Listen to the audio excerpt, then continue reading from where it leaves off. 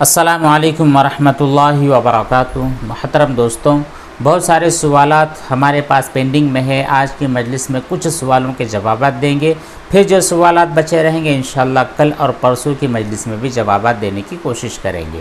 تو آج جن لوگوں کے سوالات اچھی طرح سن لیں۔ عظیم بھائی لکھتے ہیں کہ مفتی صاحب، اگر گھر میں کوئی حرام کمانے اور بیوی کے دل حرام کمانے والا ہو، ٹھیک ہے، اور بیوی کے دل میں یہ خیال آتا ہے کہ شکر کرو ہمارے پاس سب ہے، اور اگر بیوی نے یہ اپنے زبان سے کہہ دیا ہے یا کہ اس کے دماغ کے اندر یہ بات آ گئی ہے کہ چلیے اللہ کا شکر ہے ہمارے پاس سب کچھ مال ہے، حقیقت یہ ہے کہ شوہر حرام کمانے والا ہے، تو اس کے بعد میں وہ خلاصے کے طور پر کہتی ہے کہ کیا اس کی وجہ سے کفر لازم آ جائے گا، بیوی کافرہ ہو جائے گی، نکاح ٹوٹ جائے گا، کیا ہوگا پلیز بتلائیے۔ دیکھیے، آپ نے جو بات بتلائی ہے کہ آپ نے شکر ادا کیا ہے یہ سوچ کر کے کہ چلیے ہمارے گھر پر سب کچھ ہے، کھانے پینے کے لیے، رہنے سہنے کے لیے، سفر وغیرہ کے لیے سب سہولیات میسر ہے، تو آپ شکر ادا کرتی ہیں، تو ایک الگ چیز ہے۔ دوسری چیز یہ کہ آپ کے شوہر یا پھر اس عورت کے شوہر جس کے بارے میں آپ نے سوال کیا ہے، اگر گھر کا فرد یا گھر کا شوہر وہ حرام کی کمائی کرواتا ہے، لاتا ہے، آپ اس کو سمجھاتے ہیں پھر بھی وہ نہیں مانتا ہے، تو اس کی ذمہ داری خود اس کے اوپر ہوتی ہے، ٹھیک ہے۔ آپ کو جو سہولت مل چکی ہے، آپ کے ساتھ جو فائدہ ہوا ہے، آپ اللہ کا شکر ادا کریں۔ شوہر کما کر لائے، اس کی ذمہ داری ہے بیوی کو کھلانے کی، لیکن آپ نے جو کہا ہے کہ شکر ادا کرنے کی وجہ سے یعنی حرام مال آیا ہے اس کے اوپر شکر ادا کیا ہے، تو اس کی وجہ سے کفر لازم آئے گا یا نہیں، تو دیکھیے آپ کے لیے کفر لازم نہیں آئے گا، لیکن اگر آپ کے شوہر کہتے ہیں کہ نہیں حرام کمائی ہی لاؤں گا، اسی کے اوپر اڑ جائیں، اور اللہ تعالیٰ نے جو حرام کمائی کی طرف لوگوں کو ترغیب دلائی ہے، احل اللہ البیع وحرم الربا، اس آیت کا اگر وہ انکار کرے تو ان کے ساتھ کفر کا مسئلہ لازم آئے گا، آپ کے ساتھ نہیں۔ آپ باقاعدہ انہیں سمجھاتے رہیں، دینی تعلیم کی طرف ان کی رہبری اور رہنمائی کرتے رہیں۔ رمضان کا مبارک مہینہ چل رہا ہے، ان کے لیے خصوصی دعائیں کرتے رہیں۔ عبدالعلیم نے لکھا ہے کہ میرا سوال یہ ہے کہ میرے یہاں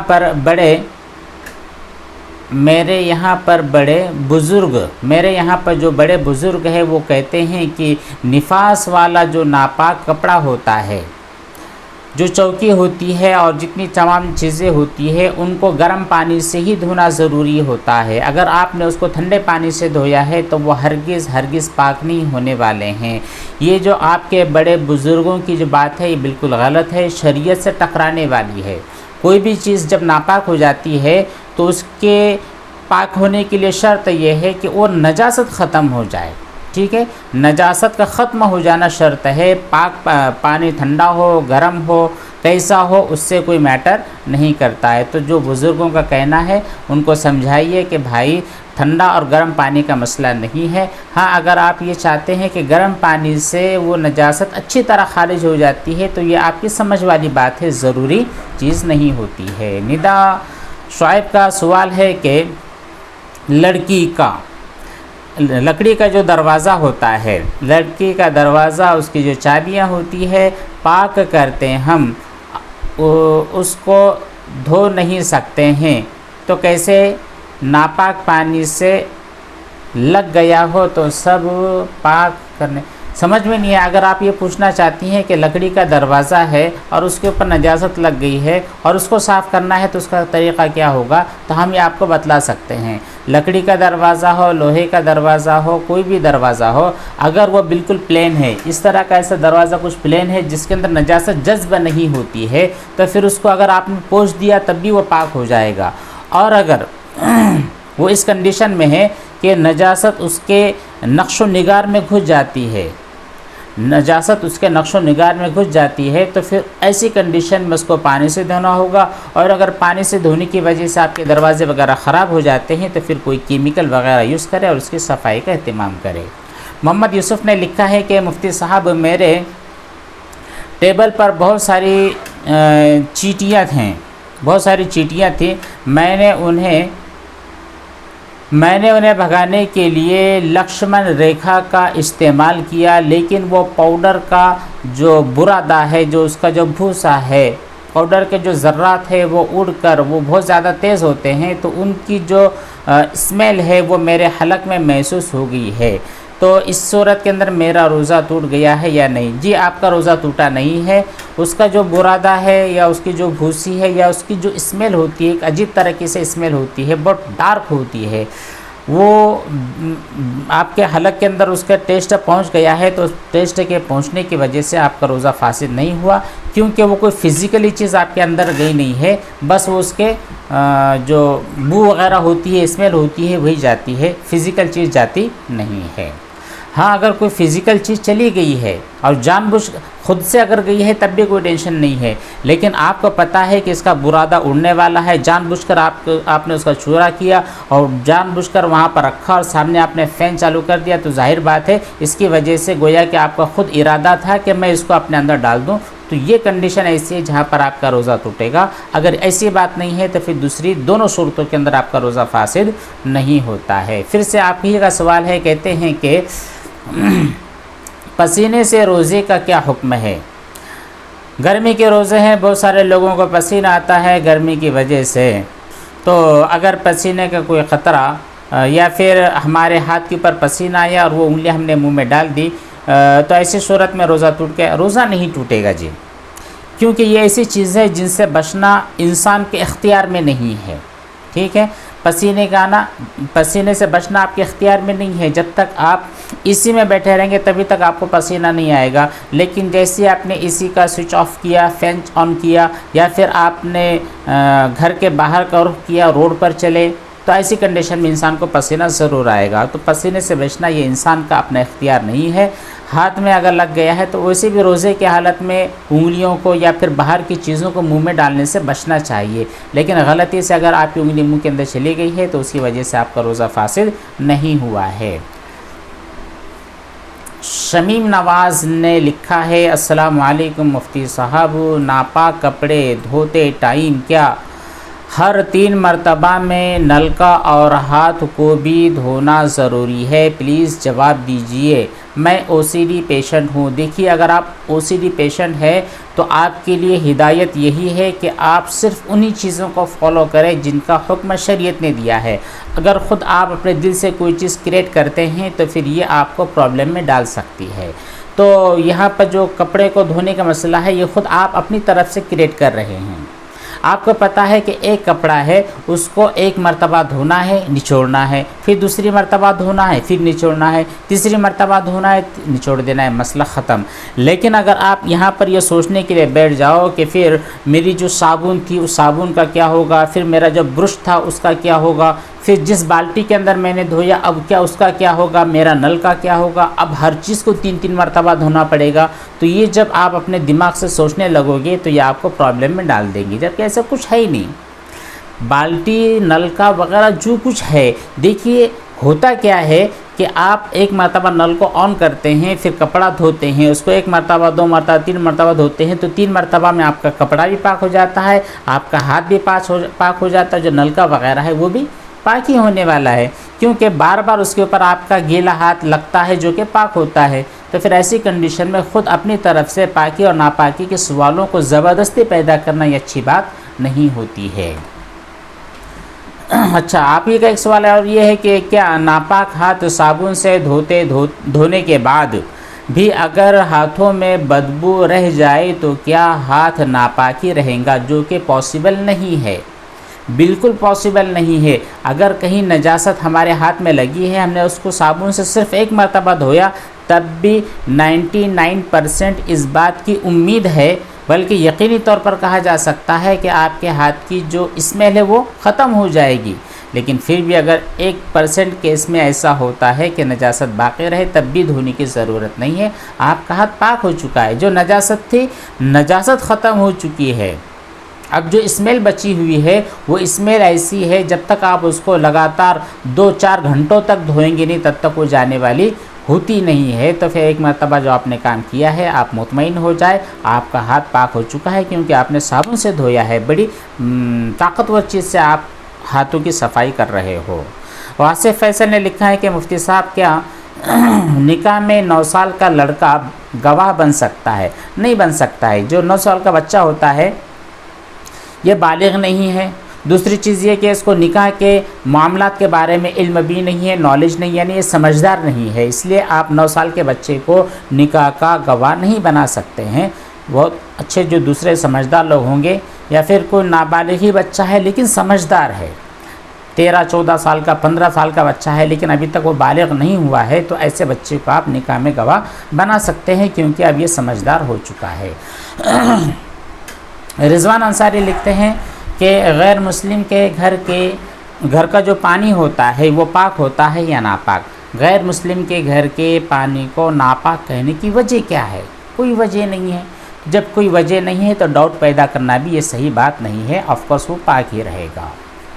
رضیہ کا سوال ہے، السلام علیکم، میں نے آپ سے پہلے بھی بہت سارے ویڈیوز میں کچھ سوالات پوچھے تھے، آپ نے جوابات نہیں دیے، معافی چاہتے ہیں، ہم سفر پر ہونے کی وجہ سے اور اپنے مدرسے کے بہت سارے کام ہونے کی وجہ سے آپ کے سوالوں کے جوابات وقت پر نہیں دے پائے، لیکن جیسے ہمیں سہولت مل رہی ہے دھیرے دھیرے سوالوں کے جوابات ریلیز ہو رہے ہیں، پلیز میری مدد کریں، بہت انتظار رہتا ہے آپ کے رپلے کا۔ ٹھیک ہے، سوال آپ کا یہ ہے کہ میں او سی ڈی کے چکر میں اپنی زندگی برباد کر رہی ہوں۔ او سی ڈی کے چکر میں آنے کی بالکل ضرورت نہیں ہے۔ یہ او سی ڈی ہوتی کیا چیز ہے؟ بڑی بڑی بیماریوں کو اللہ تبارک تعالیٰ چٹکیوں میں ختم کر دیتے ہیں۔ جب آپ خود دل سے اللہ تعالیٰ سے دعا مانگتے ہیں تو یہ او سی ڈی بہت معمولی بیماری ہوتی ہے۔ بہت سارے ویڈیوز میں دوستوں نے سوالات کیے ہیں، ہم نے ان کے سوالوں کے جوابات بھی دیے ہیں۔ آپ جب ان ویڈیوز کو اچھی طرح دیکھ لو گے تو آپ کے سوالات بھی آٹومیٹک حل ہو جائے گے۔ نئے سے اور فریش میں سوال کرنے کی بالکل ضرورت شاید آپ کو نہیں ہے۔ جتنے ویڈیوز اس ٹاپک پر ہم نے ڈالے ہوئے ہیں ان تمام ویڈیوز کو آپ دیکھ لیں، انشاءاللہ آپ کا مسئلہ حل ہو جائے گا۔ پھر بھی کچھ سوالات اگر رہیں گے تو انشاءاللہ جیسے بھی موقع ملے گا ہم آپ کے جوابات دینے کی کوشش کریں گے۔ اچھا، آپ نے آگے کہا ہے کہ میں ہر چیز کو بہت زیادہ پیچیدہ بنا رہی ہوں، یہ آپ کا مسئلہ ہے۔ جب تک آپ یہ کمپلیکیٹڈ چیزوں کو ایسا پکڑ کر باندھ کر اپنے جیب میں رکھو گے، اپنے سر پر رکھو گے، اپنے دل میں رکھو گے، اس وقت تک یہ تمام چیزیں آپ کا پیچھا چھوڑنے والی نہیں ہے۔ خود آپ کو ہمت کرنی چاہیے، خود آپ کو حوصلہ بڑھانا چاہیے، خود ان بیماریوں سے اور ان مضر چیزوں سے اور ان تکلیف دہ چیزوں سے بچنے کے خود آپ کو ترکیب کرنی چاہیے۔ ہم کتنا بھی کہیں تو ہمارے کہنے کی وجہ سے آپ کی یہ پرابلم ختم نہیں ہوگی۔ ایک قدم آپ کو بڑھانا پڑے گا، اللہ پر توکل اور بھروسہ کرنا ہوگا۔ شمیم نواز کا سوال ہے، السلام علیکم، مجھے تھوڑی مدد کریں۔ ٹھیک ہے، میں او سی ڈی کی بیماری ہوں، مجھے او سی ڈی کی بیماری ہے، ناپاک کپڑے دھوتے ٹائم کیا ہر 3 بار نل کا بھی دھونا ضروری ہے؟ شاید آپ کا مسئلہ پہلے بھی حل چکا ہے تو ضروری نہیں ہے۔ دیکھیے جو بیماری ہے نا، بیماری کو لے کر نہ بیٹھیں۔ ہمارے بہت سارے جو ویورز ہیں وہ اکثر و بیشتر یہ او سی ڈی کے مریض ایسے سوالات آ رہے ہیں، وہم، ٹینشن، ڈپریشن وغیرہ کے جو سوالات آتے ہیں، تو میری آپ سے درخواست ہے کہ ان چیزوں کو لے کر نہ بیٹھیں۔ آپ نے ایک مرتبہ سوال کیا، مسئلہ جب آپ کا کلیئر ہو گیا تو اس کو چھوڑ دیں، اپنی زندگی کو آگے بڑھا لیں۔ بس اسی کے بارے میں اپنے آپ کو بار بار گھماتے رہنا، اسی کے چکر میں اپنے آپ کو ڈالتے رہنا، تو اس کی وجہ سے ہماری زندگی کا ایک بڑا حصہ یوں ہی برباد ہو جائے گا اور ہم ترقی کی منزلوں سے رک جائیں گے۔ تو ہمیں ایسا نہیں کرنا چاہیے۔ ہے یہ تھوڑے بہت پرابلمس ہوتے ہیں، سمجھی جا سکتی ہے، لیکن ان پرابلمس کو ختم کرنا خود آپ کے اختیار میں ہے۔ آپ اللہ تعالیٰ سے مدد مانگیے اور اپنا جو حوصلہ ہے، اپنی ہمت ہے، اس کو بلند کیجیے، انشاءاللہ تمام چیزیں ختم ہو جائے گی۔ اچھا، او سی ڈی والے کے ایک مریض ہے، میرا نام منصور مشہور عالم ہے، ہمیں او سی ڈی ہے کہ پیشاب کرنے کے بعد بار بار ہاتھ دھونے کی عادت ہو گئی ہے۔ میرا سوال یہ ہے کہ پیشاب سے فارغ ہونے کے بعد کتنی بار ہاتھ دھونا چاہیے؟ پلیز ایکسپلین ڈیپلی ایکسپلین کی بات اگر آپ کہو گے تو میں یہ کہوں گا کہ پیشاب سے فارغ ہونے کے بعد ایک مرتبہ بھی ہاتھ کو دھونا ضروری، واجب، فرض نہیں ہے۔ اب آپ کہو گے یہ کیا؟ جی، پیشاب سے آپ فارغ ہوئے ہیں، جس جگہ سے پیشاب خارج ہوئی ہے اس جگہ کا وہ حصہ جہاں پر پیشاب کا قطرہ لگا ہے صرف وہی ناپاک ہے، آپ کی فل باڈی ناپاک نہیں ہے، آپ کے ہاتھ ناپاک نہیں ہے، آپ باتھ روم کے اندر گئے ہیں تو وہاں پر جانے کی وجہ سے یہ آپ کے ہاتھ آپ کے کپڑے اگر کسی دیوار کو ٹچ ہو گئے تو کوئی بھی چیز ناپاک نہیں ہے۔ جب کوئی چیز ناپاک ہے ہی نہیں تو پھر ان کو دھونے کا کوئی سوال ہی پیدا نہیں ہوتا ہے۔ لیکن سمجھے کہ واش روم سے باہر آنے کے بعد ایک مرتبہ اپنے ہاتھ کو دھونا سنت ہے۔ نبی کریم صلی اللہ علیہ وسلم کی عادت شریفہ تھی کہ آپ ہاتھ کو دھو لیا کرتے تھے، یہ آپ کی عادت تھی، ٹھیک ہے۔ تو یہاں پر سمجھے کہ ضروری یعنی فرض واجب نہیں ہے، سنت ہے۔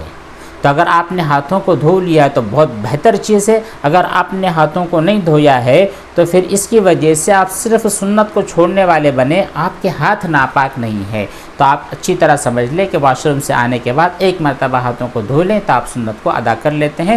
پھر اس کے بعد آپ کو کوئی ٹینشن نہیں ہونا چاہیے کہ میں نے 3 مرتبہ تو ہاتھ کو نہیں دھویا، پھر میں نے صابن کا تو یوز نہیں کیا، پھر میں نے فلاں کیمیکل کا یوز نہیں کیا، اب میرا ہاتھ ناپاک ہو گیا، اب میں نے کسی چیز کو چھو لیا تو وہ گندی ہوگی۔ یہ تمام چیزیں آپ کے دماغ میں نہیں آنی چاہیے۔ اس لیے پہلے درجے میں نے کہا کہ ہاتھ کو دھونا ایک مرتبہ بھی فرض واجب نہیں ہے۔ اس خان کا سوال ہے، السلام علیکم مفتی صاحب، اگر کوئی آدمی ہاسپٹل میں 4-5 دن ایڈمٹ رہے پھر وہاں سے ڈسچارج ہو کر اپنے گھر پر آ جائے تو کیا اس کے موبائل ناپاک ہو جائے گا؟ اگر گیلے ہاتھوں سے موبائل یا گھر کی چیز کو چھو لیا جائے تو وہ تمام چیزیں ناپاک ہو جائے گی، پلیز بتلائے، کیونکہ ہاسپٹل کی چیز ناپاک ہوتی ہے۔ بھائی آپ کو کس نے کہا ہے کہ ہمارے ہاسپٹلس اور ان کی تمام چیزیں ناپاک ہوتی ہے؟ یہ جو آپ کے دماغ میں بیٹھ گیا ہے کہ ہر وہ چیز جہاں پر کچھ الگ اسمیل محسوس ہو، جیسے واش روم ہے اس کے اندر الگ اسمیل ہے، آپ کے ہاسپٹلس ہے یہاں پر الگ اسمیل ہے، ایک لیب ہے جہاں پر بلڈ ٹیسٹنگ کی جاتی ہے، یورین ٹیسٹنگ کی جاتی ہے، الگ سے کی اسمیل ہے، تو آپ سمجھ لو گے کہ وہ ناپاک ہے۔ آپ کتنی چیزوں کو ناپاک کہو گے اور کیوں کہو گے، اس کی وجہ کیا ہے؟ تو یہ ہاسپٹل لیبس وغیرہ یہ ناپاک نہیں ہوتے ہیں، ٹھیک ہے، اچھی طرح سمجھ لیں، چیزیں ناپاک اپنی ذات کے اعتبار سے نہیں ہوتی ہے۔